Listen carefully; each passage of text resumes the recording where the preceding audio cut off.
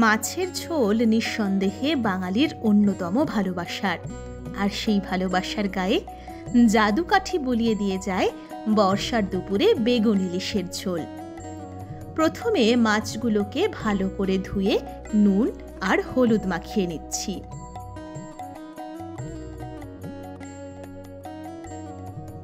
এবার মাছগুলো আলাদা সরিয়ে রাখবো মিনিট 10 জন্য।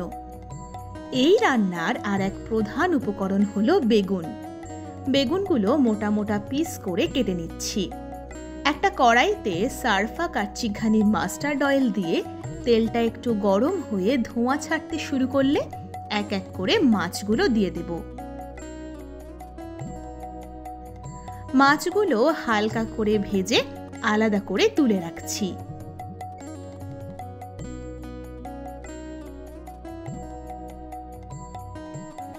ওই তেলেই কেটে রাখা বেগুনের টুকরোগুলো দিয়ে ভালোভাবে গোল্ডেন করে ভেজে নেব।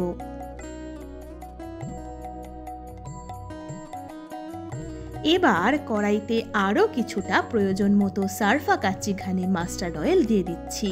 এর মধ্যে কালো জিরে আর কাঁচা লঙ্কা দিলাম। সারফার তেলে কালো জিরে কাঁচা লঙ্কা ভাজার গন্ধে রান্না করতে করতেই মন কিন্তু একদম ভরে উঠেছে।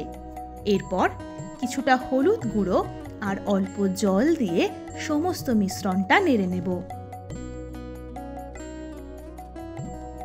এর মধ্যে দিয়ে দিচ্ছি গোল্ডেন করে ভেজে রাখা বেগুনের টুকরোগুলো। সবটা ভালো করে মশলার সাথে মিশিয়ে নিলাম। মশলাটা বেগুনের সাথে মেখে গেলে প্রয়োজন মতো গরম জল ঢেলে একটু ফুটিয়ে নিচ্ছি। এবার দিয়ে দেব হালকা করে ভেজে রাখা ইলিশ মাছগুলো। ঢাকনা দিয়ে 10 থেকে 15 মিনিট রান্না হতে দেব, যতক্ষণ না ওপরে তেল ভেসে উঠছে। সবটা ভালো করে সেদ্ধ হয়ে এলে নামানোর আগে ওপর থেকে সারফার ঝাঁঝে ভরা সর্ষের তেলের কয়েক ফোঁটা ছড়িয়ে দিচ্ছি। সারফা কাচ্চিঘানি মাস্টার্ড অয়েলের দুর্দান্ত গন্ধে বেগুন ইলিশের ঝোল কিন্তু হয়ে উঠেছে 100 গুণ বেশি লোভনীয়।